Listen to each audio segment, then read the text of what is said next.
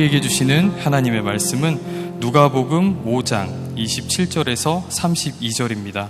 누가복음 5장 27절에서 32절입니다. 그 후에 예수께서 나가사 레위라 하는 세리가 세관에 앉아있는 것을 보시고 나를 따르라 하시니 그가 모든 것을 버리고 일어나 따르니라.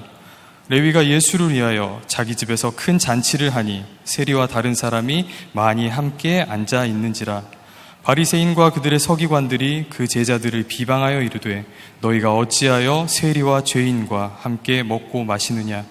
예수께서 대답하여 이르시되 건강한 자에게는 의사가 쓸데없고 병든 자라에게야 쓸데있나니 내가 의인을 부르러 온 것이 아니요 죄인을 불러 회개시키러 왔노라. 이는 살아계신 하나님의 말씀입니다. 아멘.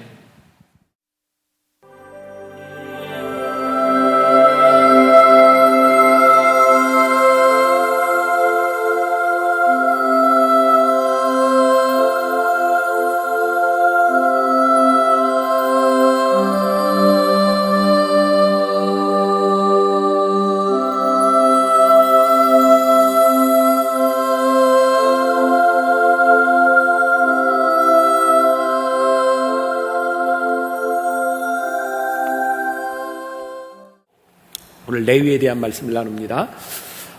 어떤 장애를 가지고 있는 한 소녀가 있었습니다. 몸이 불편해서 늘 이렇게 목발을 이렇게 짚고 다녀야 됐고요. 그래서 목발을 짚고 다니는 이 소녀는 친구들이 없었다 그래요. 어느 날 집 앞에서 친구들이 노는 것을 하염없이 바라보고 있는데 그것을 지나던 엿장수가 목발을 짚고 있는 소녀에게 깨엿 2개를 가져와서 내밀며 이렇게 말을 했습니다. 괜찮아. 그 당시 소녀는 그 말이 무슨 뜻인지 정확히 몰랐다 그래요.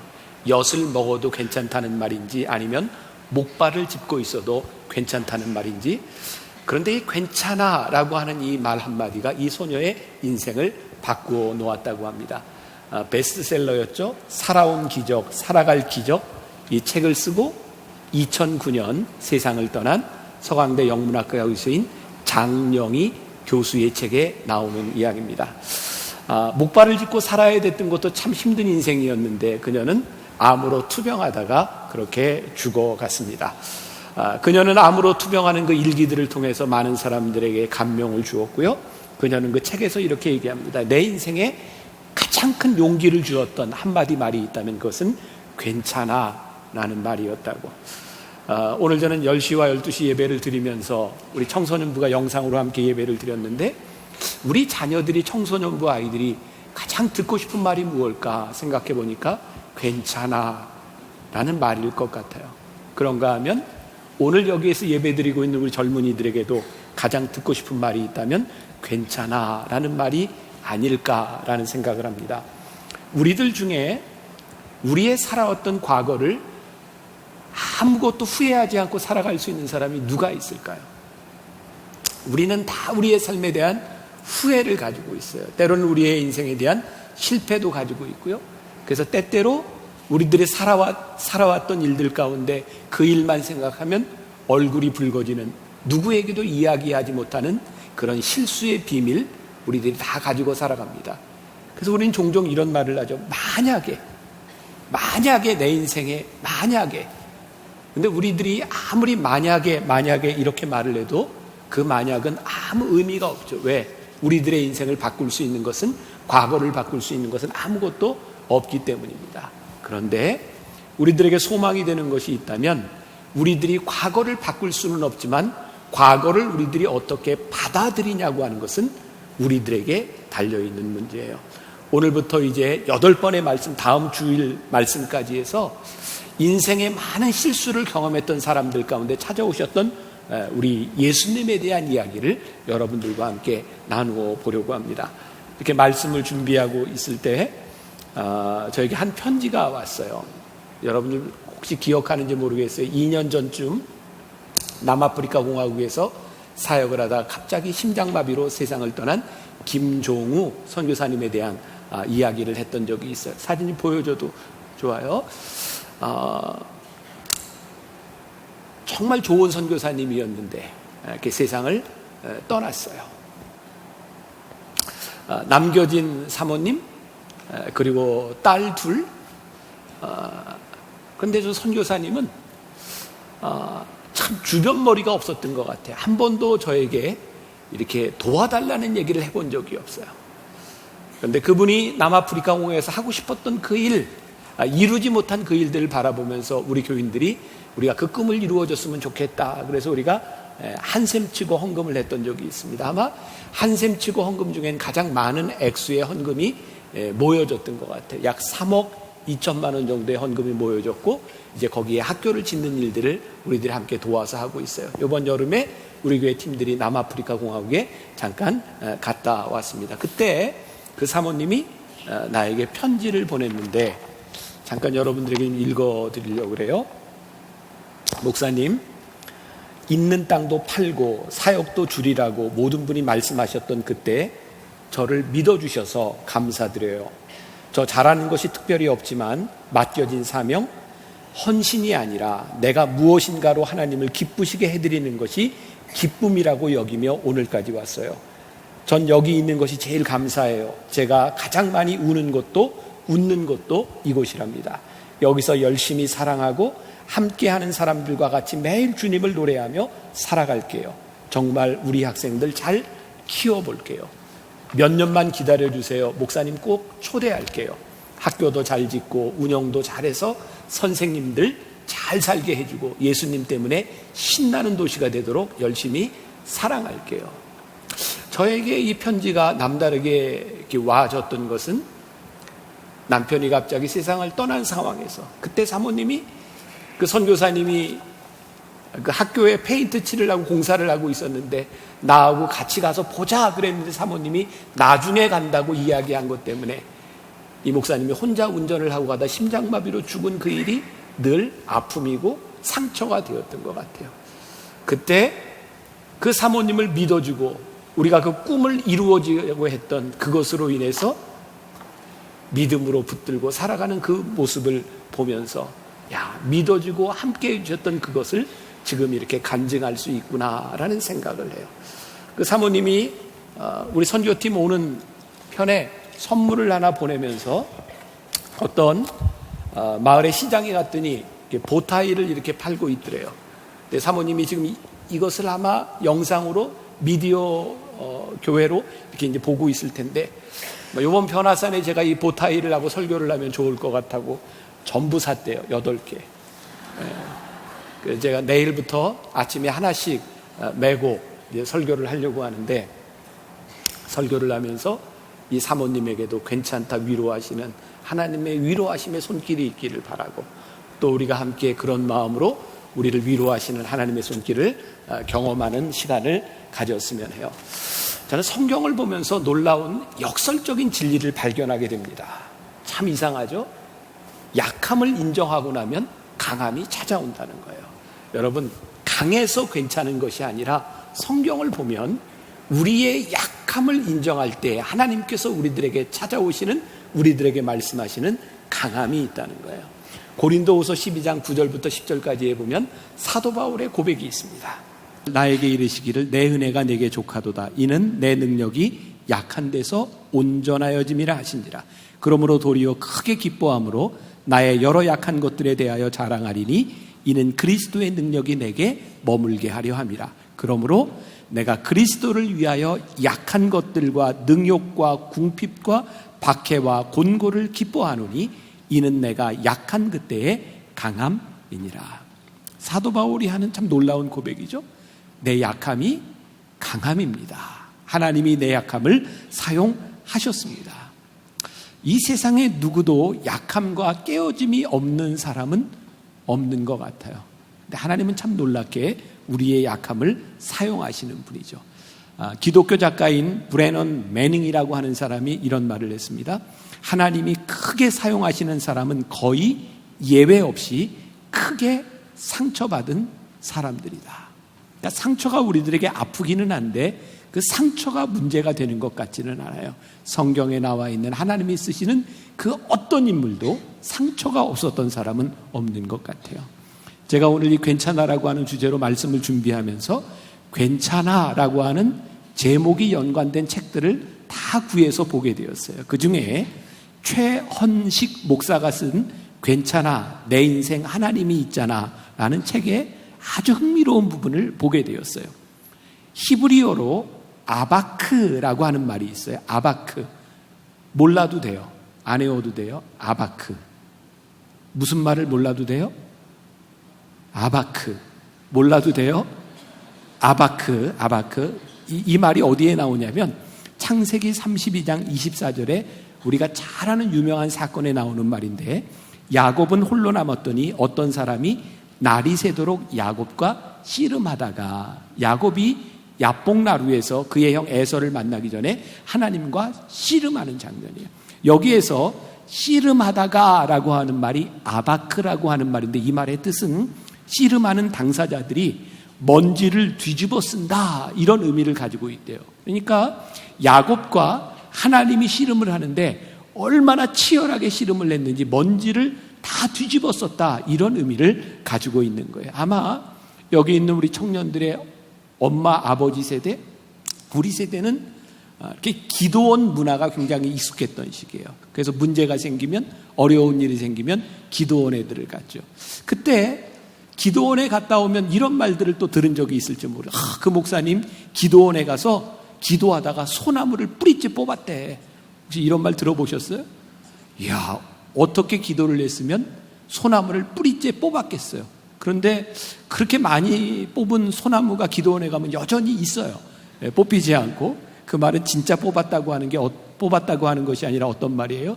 치열하게 기도하며 씨름했다는 말. 이 말이 아바크라고 하는 말이에요. 최헌식 목사님이 그의 책에서 자신의 일화를 하나 소개합니다. 막내가 7개월 됐을 때 이 아기가 엄마 아빠를 떨어지지 않고 매일 이렇게 우는 거예요. 너무 힘든 거예요. 24시간 계속 엄마 아빠가 붙어 있어야 되니까 안 되겠다. 이 아이를 훈련시켜야 되겠다. 그래서 먼저 혼자 자는 훈련부터 시켜야 되겠다. 그래서 방에 혼자 눕혀놓았대요.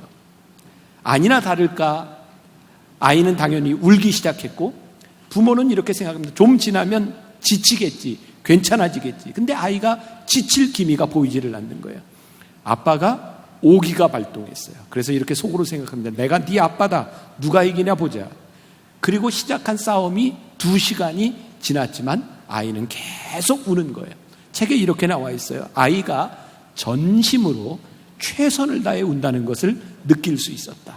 결국 부부는 승부를 포기하고 달려가서 아기를 안아주었어요. 그때 알았답니다. 어려움이 있을 때 하나님 앞에 2시간만 울자. 전심으로 하나님 도와주시지 않으면 저 죽습니다 하고 울자. 그러면 하나님이 이렇게 생각하실 것이다. 저 녀석 저러다 숨 넘어가겠네? 저러다 애 잡겠다. 안아줘야지. 이게 아바크라는 거예요. 야곱이 하나님과 씨름했다고 되어 있어요. 야곱이 하나님과 씨름하는데, 사람이 하나님과 씨름하는데 어떻게 하나님을 이길 수 있겠어요? 야곱이 하나님과 싸워서 씨름하여 이길 수 있었던 것은 하나님이 저주셨기 때문이에요. 야곱이 아바크, 씨름하다 먼지를 뒤집어 쓸 만큼 하나님께 열심히 기도할 때 하나님이 저주셨기 때문이죠. 우리들이 어떻게 우리의 인생이 괜찮을 수 있어요? 저는 오늘 말씀을 이 변화산과 함께 적용해 보자면, 하나님, 우리들에게 능력이 있는 것이 아니고, 우리들에게 상처가 없는 것이 아니고, 우리들이 약한데 하나님 우리들에게 변화산에 올라가서 기도할 수 있는 시간을 주셨습니다. 아바크, 하나님 우리의 인생의 문제를 놓고 씨름할 수 있도록 하셨습니다.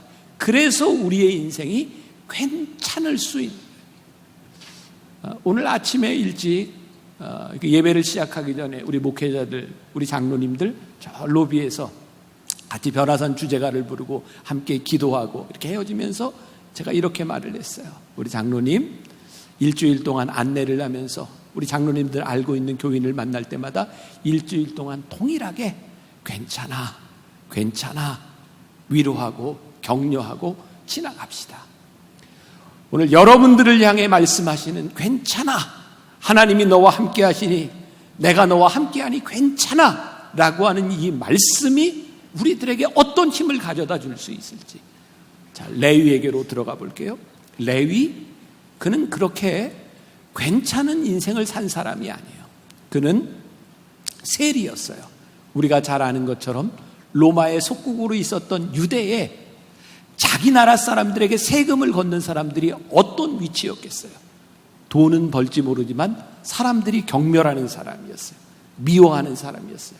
레위는 참 외로웠을 것 같다라는 생각이 듭니다. 그런데 오늘 말씀 27절에 보니까 그 후에 예수께서 나가사 레위라 하는 세리가 세간에 앉아있는 것을 보시고 나를 따르라 하시니, 이 말씀을 저는 묵상하다가 예수님께서 행하시던 동사의 유의에 보게 되었어요. 예수님께서 무언가를 하시더라고요. 예수님이 나가셔서 예수님께서 보시고 예수님께서 따르라라고 말씀하셨어요.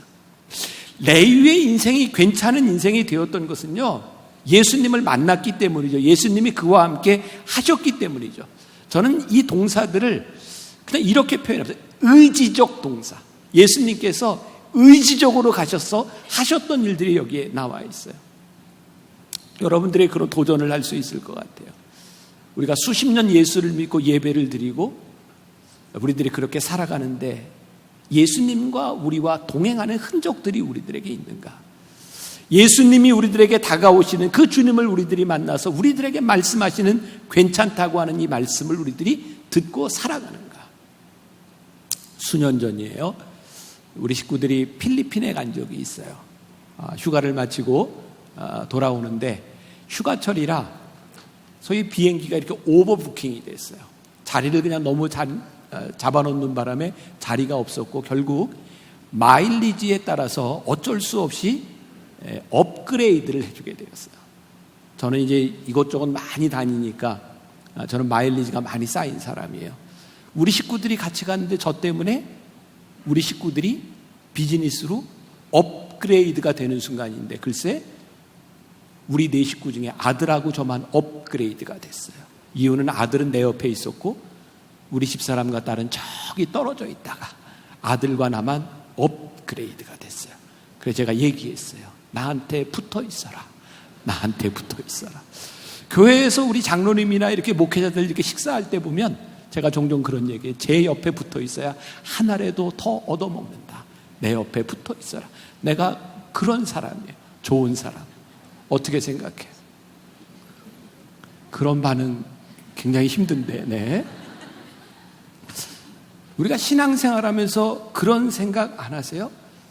우리가 예수님과 함께 있으면 우리들에게 일어날 수 있는, 예수님과 나와 동행하면 내가 얻을 수 있는 힘, 주님과 함께함으로 인하여 내가 얻을 수 있는 유익들이 참 많은데 우리는 예수를 믿는다고 하면서 동행하지 못하고 살아갈 때가 참 많은 것은 아닐까.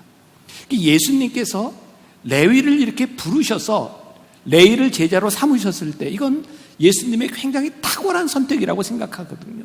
그리고 이 레위에게 있어서 예수님의 부르심으로 인하여 그는 부끄러웠던 주변부의 인생에서 그는 예수님 사역의 중심부로 들어오게 됩니다. 그러니까 이 레위와 예수님의 만남은 굉장히 놀라운 사건이죠. 그런데 이런 질문을 해보게 돼요. 예수님은 탁월하게 레위를 부르시고 택하셨는데 진짜 레위라고 하는 이 사람이 그럴 만한 탁월한 능력을 가지고 있는 사람이었을까? 아니죠. 예수님은 그를 부르셔서 탁월하게 선택하셨는데 레위라고 하는 사람을 보면 그렇게 탁월한 사람은 아니었던 것 같아요. 예수님의 제자 12명이 있어요. 우리 많이 들어봤죠? 예수님의 제자 중에 그렇게 제자 될 만한 자격을 가지고 있는 뛰어난 사람 없습니다. 그러나 손가락질 받을 만한 짓을 한 사람은 없었어요. 유일하게 레위, 세리였던 그는 손가락질 받는 사람이었어요. 예수님께서 레위를 부르셨어요. 만일 예수님이 우리가 흔히 이야기하는 포퓰리즘, 예수님이 인기에 영합하는 분이라고 하면 예수님은 레위를 부르실 이유가 없어요. 왜? 레위를 부르심으로 인하여 예수님은 많은 어려움을 당하죠. 사람들에게 질책을 받습니다. 사두개인들과 바리새인들이 왜 세리와 함께 하냐고 예수님을 질책하기도 합니다. 예수님이 레위를 부르신 것은 레위가 그럴 만한 자격이 있는 사람이 아니었다는 거예요. 몇 년 전에 제가 설교하면서 그런 얘기를 한 적이 있어요. 저에게 참 부러운 게 있더라고요. 저는 선교사님들을 보면 부러웠어요. 자, 어떻게 하면 그 삶을 다 들여서 그렇게 선교에 뛰어들 수 있을까? 그리고 주변에서 종종 이렇게 얘기하는 사람, 하나님, 제 삶을 하나님께 드립니다. 이런 사람들을 보면 너무 부러웠어요. 왜? 나는 그럴 만한 자격도 그런 용기도 없는 사람 같아서 너무너무 부러웠어요. 근데 어느 날 이렇게 기도하는데 하나님이 저에게 이런 마음을 주셨어요. 그래, 부러워하기 전에 내가 한번 입장을 바꿔놓고 생각을 해보자.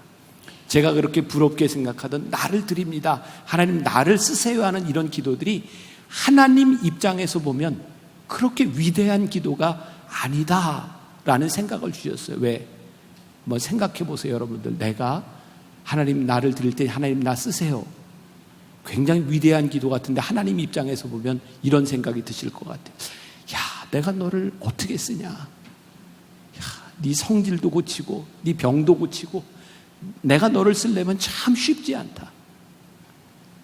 우리가 하나님 앞에서 쓰임받을 수 있는 것은 우리들이 어떤 자격을 갖고 있기 때문이 아니죠. 우리가 자격이 있기 때문에 하나님께 쓰임받을 수 있는 것이 아니고 하나님 나를 쓰세요라고 하는 것이 내가 쓸만한 사람이기 때문에 그 기도가 위대한 것이 아니라 하나님이 우리를 사랑하셔서 우리를 받아주시기 때문에 그 고백과 그 기도가 의미가 있을 수 있는 거예요. 오늘 예수님께서 의지적인 행동을 가지시고 예수님께서 레위에게로 나아가셔서 그를 만나주시는 장면들이 나요. 그런데 오늘 말씀해 보니까 그 후에 27절이 그렇게 시작해요. 그 후에 여러분 성경을 볼 때 접속사나 장소나 시간이 나올 때 여러분들이 유의해서 보면 성경을 훨씬 더 잘 이해할 수 있어요. 그 후에 레위를 부르셨으니 레위를 부르신 이 일을 이해하기 위해서 그 전에 무슨 일이 있었는가를 알 필요가 있어요. 바로 레위를 부르시기 전 그 후에 그 전에 어떤 일이 있었냐면 예수님 앞에 중풍병 걸린 친구를 데리고 온 사람들이 있었어요. 우리가 잘 아는 이야기. 예수님이 그 중풍병자를 고치셨어요. 어떻게 고치셨냐면 내 죄가 사하여졌느니라. 그리고 중풍병이 났습니다. 바리새인들과 사두개인들이 그 일로 인하여 예수님을 굉장히 힘들게 합니다. 네가 신성모독을 했다. 내가 무슨 권세로 죄를 사하느냐. 이때부터 예수님의 정체성에 대한 문제가 제기되는 거예요. 예수님은 죄를 사하시는 분이고 그 일로 인하여 논쟁이 일어났는데 그 후에 레위를 부르셨어요. 저는 이 말씀을 이렇게 해석합니다. 예수님께서는 죄인을 부르셔서 그를 온전케 하시는 분일 뿐만 아니라 예수님께서는 세리와 같은 레위를 부르셔서 그의 삶을 바꾸어 주시는 분이다. 예수님은 우리의 인생을 바꾸시는 분이다. 우리들의 삶을 바꾸실 수 있는 분이라고 하는 것을 예수님께서 우리들에게 보여주십니다. 그 후에 예수님께서 레위를 보셨다. 영어 단어에 단순히 see라고 되어 있지만 저는 예수님이 보셨다라고 하는 것을 그냥 보았다고 생각하죠. 예수님께서 레위를 주목해 보셨어요. 그의 속마음을 보셨어요. 그가 어떤 사람인지를 보셨어요. 예수님에게 레위의 어떤 모습이 보였을까요? 그 피터 윌슨이라고 하는 사람이 괜찮지 않아도 괜찮아라고 하는 책을 썼어요. 거기에 수치심에 대해서 이렇게 이야기를 하고 있더라고요. 우리 인간들이 가지고 있는 두 가지 마음, 하나는 수치심, 하나는 죄책감. 죄책감은 내가 잘못했어 라고 하는 마음이니 잘못한 것에 대하여 대가를 치르면 돼. 수치심은 그거와 다른 차원에서 나는 잘못됐어 라고 생각하는 거예요. 내가 잘못했어가 아니라 나는 잘못된 인생이야. 그렇게 사람은 수치심으로 인하여 죽어가요. 예수님께서 레위에게 보셨던 것은 단순히 잘못한 그의 인생이 아니라 수치심으로 쌓여있는 그의 모습을 보시지 않았을까요? 예수님께서 나는 잘못됐다고 생각하는 그의 인생에 찾아오셔서 그를 부르신 사건이었어요. 그의 인생을 괜찮게 만드신 사건입니다. 저는 사랑의 두 종류가 있다고 생각해요. 하나는 우리들이 사랑할 만한 가치를 가지고 있는 사랑이 있고요. 또 하나는 가치를 만들어내는 사랑이 있어요. 여러분, 우리가 하나님 앞에 받은 사랑은 우리가 가치 있어서 받은 사랑이 아니라 하나님이 우리를 사랑하심으로 인하여 우리의 인생을 가치 있게 바꾸신 일이에요. 예를 들어볼까요? 벌써 오래전이죠. 제가 이제 30살 때 유학을 갔으니까 지금부터 한 27년 전, 26년 전 우리 애들이 2살, 4살 때 유학을 갔어요. 뭐 유학하는 나도 힘들었지만 우리 애들이 이제 한국 나이로는 4살, 6살 이 무렵에 미국에 있으면서 한 번도 다녀보지 못한 미국 유치원, 미국 어린이집 같은 데를 다닌다는 게 애들이 얼마나 힘들었겠어요. 지금 이제 우리 아들은 이제 대한민국 장교니까 이제 다 큰 괜찮은 장교예요. 근데 이놈이 그 2살, 그 3살 요 무렵에 우리가 시카고에 있을 때 학교를 보내면 이놈은 갈 때마다 울어요. 우는데 얘 울음을 그치고 가게 하는 방법이 있는데 뭐냐면 얘가 한국에 있을 때 다녔던 만나 어린이집이 있었거든. 만나 어린이집. 그때 만나 어린이집에서 입는 노란 반바지가 있었어요. 이 반바지만 입혀주면 안 울고 가요. 근데 문제는 이 반바지를 매일 입어야 된다는 거예요. 그래서 우리 집사람이 그걸 빨아서 입히고 또 빨아서 입히고, 근데 문제는 겨울이 됐는데 긴 바지 위에도 그 반바지를 입어야 가요. 그래서 아무튼 반바지가 없으면 끝까지 그래. 옐로 바지 그 옐로 바지 입고 갔어요. 지금 생각해 보면 이 아이에게 그 바지라고 하는 돈의 가치가 아니라 그 바지가 가지고 있는 또 다른 가치가 있었죠. 안정감이라고 하는 것. 그 가치는 돈으로 셀 수 있는 것이에요. 여러분, 우리의 가치를 만일 우리들이 가지고 있는 능력으로 생각한다면, 우리들이 실수하지 않는 인생, 괜찮은 인생, 그런 가치로 우리를 본다면 우리는 하나님 앞에 어쩌면 아무 쓸데없는 인생일지 몰라요. 설교를 하고 있는 저도 마찬가지죠. 하나님이 내 삶의 가치를 만들어 주시지 않았다면, 하나님께서 나를 사랑하신다고 고백해 주시지 않았다면 나는 여기에 설 수 있는 자격이 그 어떤 것도 없을 거예요. 근데 하나님께서 우리들의 가치를 만들어 주셨어요. 너 실수해도 괜찮아. 내가 수치스러운 과거를 가지고 있는 거 괜찮아. 내가 너에게 새로운 가치를 만들어 줄 거야. 예수님께서 세리를 예수님께서 레위를 마태로 바꾸어 주신 사건이죠. 예수님께서 세리를 마태를 나를 따르라 라고 말씀하셨을 때 저는 이런 생각을 해요. 예수님은 마태의 과거를 보신 분이 아니다. 레위의 과거를 보신 분이 아니다. 그의 과거를 보면 하나님이 쓰실 수 없는 거예요. 근데 예수님이 보셨던 것은, 그를 부르셨을 때 그를 쓸 수 있었던 그의 미래를 보고 계셨던 것은 아니었을까? 여러분, 신약의 마태, 마가, 누가, 요한복음, 이것을 사복음서라고 해요. 들어봤어요? 네, 사복음서. 그 중에 여러분들에게 질문, 마태복음은 누가 썼을까요? 마태복음은 누가 썼을까요? 나를 당황시키지 말아주세요. 마태복음은 누가 썼을까요? 마태가 썼어요. 이 마태는 누구였을까요? 레위, 이 마태예요. 여러분, 마태복음을 보면요, 놀랍게도 예수님께서 말씀하셨던 산상수훈이 5장부터 가장 명확하게 기록이 되어 있어요. 마태복음은 마태가 예수님의 족보를 14개씩 잘라서 명확하게 기록하고 있어요. 마태는 마태복음에서 예수님께서 하셨던 비유를 일목요연하게 잘 기록하고 있어요. 마태는, 아마 마태가 없었더라면 우리는 이렇게 정확하게 예수님께서 하셨던 말씀들을 우리들이 알지 못할지도 몰라요. 마태는 하나님 앞에 귀하게 쓰임받죠. 그가 살았던 과거가 아니라 그가 하나님께서 쓰실 미래의 사람을 보시며 하나님은 마태를 부르시고 사용하고 계세요. 저는 이런 표현을 써요. 예수님이 마태를 부르셨을 때 마태의 삶이, 그의 존재가 뒤흔들리는 경험을 했겠다. 예수님께서 나를 따르라고 말씀하셨을 때 마태가, 오늘 성경 말씀해 보니까 예수님을 위하여 잔치를 베풀었다라고 되어 있어요. 자, 마태, 레위는 어떤 사람? 그는 세리였고 주변의 인생을 살아가는 사람이었어요. 그는 자기를 위하여 기꺼이, 돈을 위하여 기꺼이 세리가 되었던 사람이었어요. 근데 예수님께서 부르셨을 때 그가 예수를 위하여 사람들을 잔치에 초대해요. 예수님을 위하여 잔치를 베푸는 사람이 돼요. 그의 삶을 바꾸어 주는. 저는 우리가 예수님을 믿고 예수님이 우리의 인생에 함께 하시는 가장 큰 특권, 우리의 인생을 바꾸시는 일이라고 생각해요. 자기를 위하여 사는 인생, 이기적인 인생이죠. 남들을 의식하며 살아가는 인생, 기회주의적인 인생이죠. 우리 주님께서 우리를 부르셔서 사명을 주실 때 우리는 사명 중심적인 인생을 살아요. 사명이 들어오기 전에 우리는 사람들의 비난이 무섭고, 우리는 강한 척 해보고, 우리는 우리의 마음대로 살아가려고 하지만 그 삶이 그렇게 잘 사라지지 않아요. 레위를 부르셨던 하나님, 주님, 그를 부르셔서 괜찮다고 나를 따르라고 부르셨던 예수님의 부르심으로 인해서 레위는 괜찮은 인생이 돼요. 우리는 오늘부터 이제 8번의 말씀을 통해 우리들의 삶에 찾아오셨던 주님의 모습, 우리의 실수, 우리의 아픔, 우리의 고통 가운데 찾아오셨던 주님을 우리들이 만나는 시간을 가지려고 해요.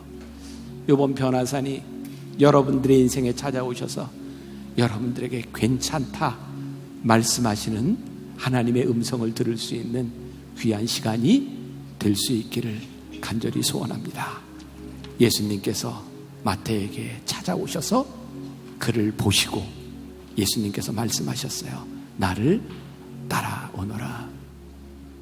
오늘 여러분들의 삶에 찾아오신 주님을, 괜찮다고 말씀하시는 주님을 우리들이 함께 고백할 수 있으면 좋겠습니다. 우리 괜찮아, 우리 함께 주제가 부르도록 하겠습니다.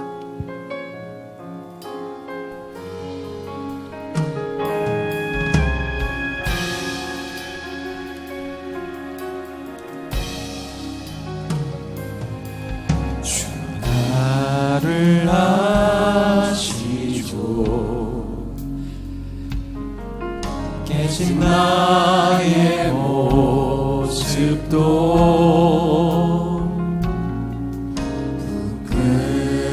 부끄러움 속에 나갈 수 없어요. 늘 같은 자리에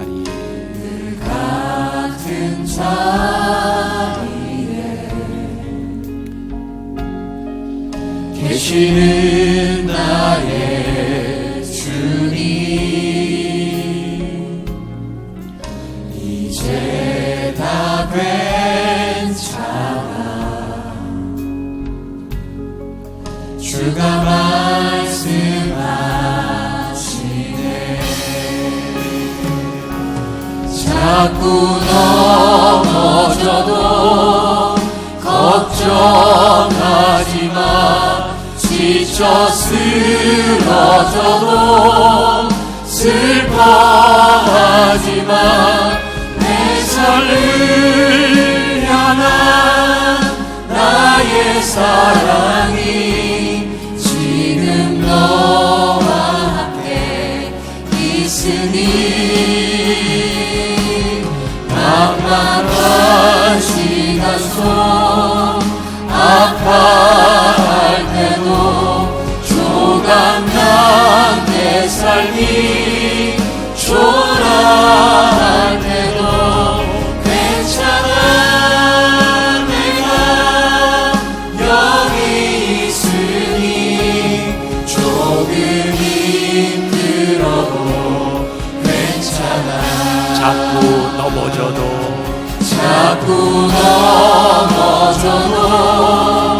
걱정하지 마.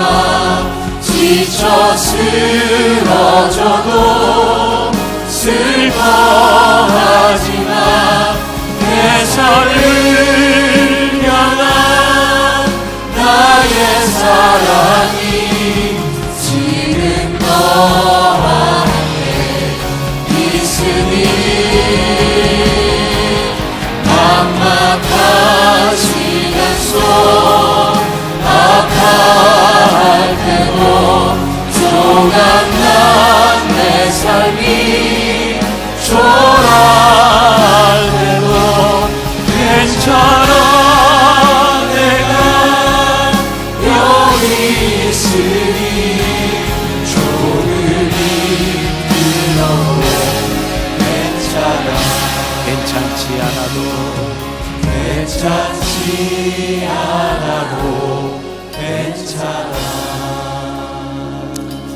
사랑하는 오늘 변화산 첫 번째 메시지를 들으며 또 누군가는 또 내일 새벽에 여기서 변화산에 함께 오르고 또 누군가는 집에서 또 이렇게 온라인으로 변화산에 참석할 사람도 있을 거예요.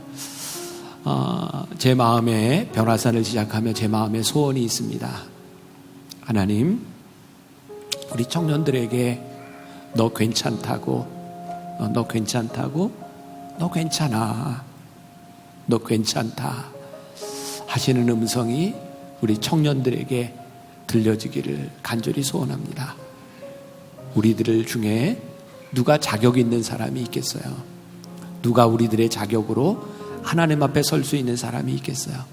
너 괜찮아, 괜찮아. 우리 주님이 우리들에게 말씀하심으로 인하여 우리들이 기꺼이 하나님 앞에 쓰임받을 수 있지 않겠어요? 우리가 주변인에서 중심부로 약한 우리들의 인생에서, 깨어진 우리들의 인생에서 다시 한번 우리를 붙잡아 주시는 하나님의 손 앞에 우리들이 들어올 수 있으면 좋겠어요.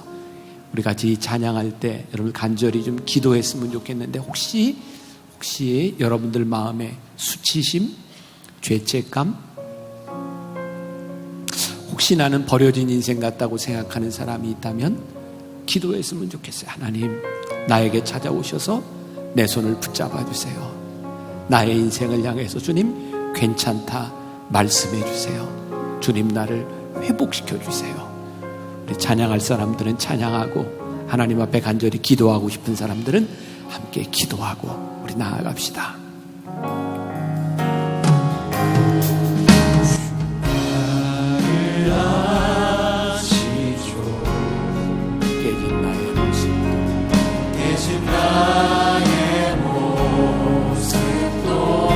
주님, 우리들에게 상처도 있습니다.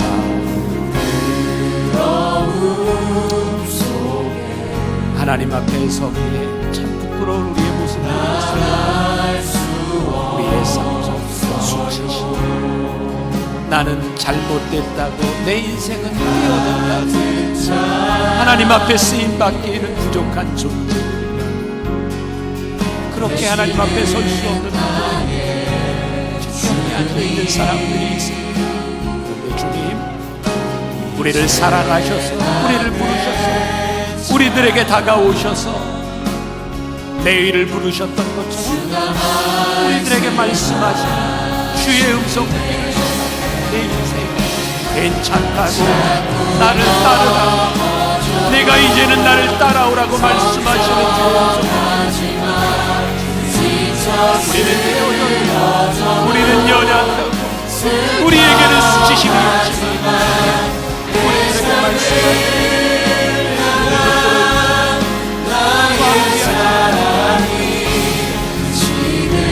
이 시간 우리들에게 다가오셔서 말씀하시는 주의 음성을 느끼는 순간, 내가 너와 내 인생에 내가 함께할 거야. 내가 너와 동행할 거야. 내가 너를 붙잡아 줄 거야. 오, 주님, 우리들에게 함께하시오.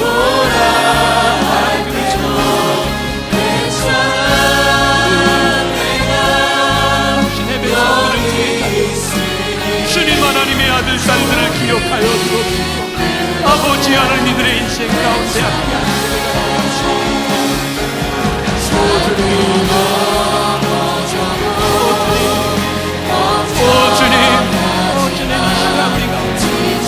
주님, 우리의 인생 가운데 찾아오셔서 오 주님 말씀하시고 좀 붙잡아주시고, 아버지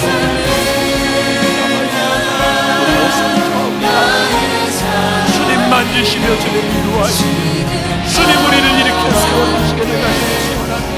주님 우리를 불쌍히 아버지 하나님, 우리의 인생이 같이 하나님 쓰시는 인생이 되어줄 수 있도록 하나님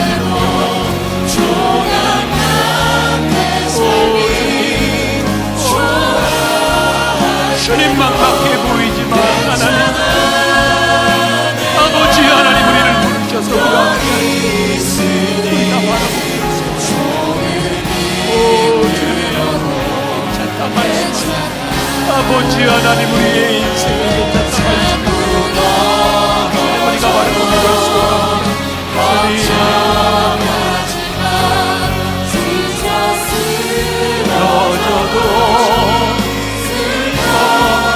내 삶을 향한 나의 사랑이 지금 너와 함께 있으니